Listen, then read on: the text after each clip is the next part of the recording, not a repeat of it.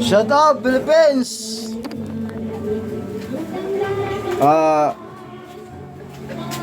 Nandito ako ngayon sa bahay. Ako ay kakanta. Pero walang kuan muna. Wala akong ibang cellphone. Kundi isa lang. Hindi ako kasi madaling salita. Merry Christmas to all of you.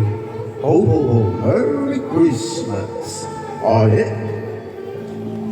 So ngayon, simple lang dahil wala kami handa, sardinas lang and sardinas para sa mga kagaya namin. Maganda ang lansa. Doon sa dito sa nga planeta dito Karanta dito loyo. Karanta nga mga di. Kay Christmas. Pero kapag dumating ng New Year, sigurado mayroon naman akong concert na sa plaza. Sigurado. Alam mo na naman, tira namang ere.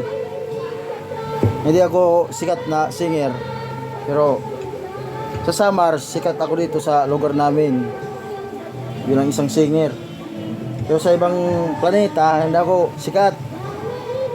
Pasensya na sa ngipin kong pula dahil nagnganga kasi ako. Yun ang totoo. And I thank you very much sa panonood. Kahit hindi kayo mag-like, importante nanood kayo sa aking vlog. At importante, mahalaga at importante buhay.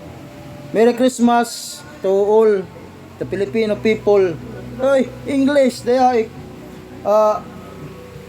Yun. Merry Christmas sa inyo.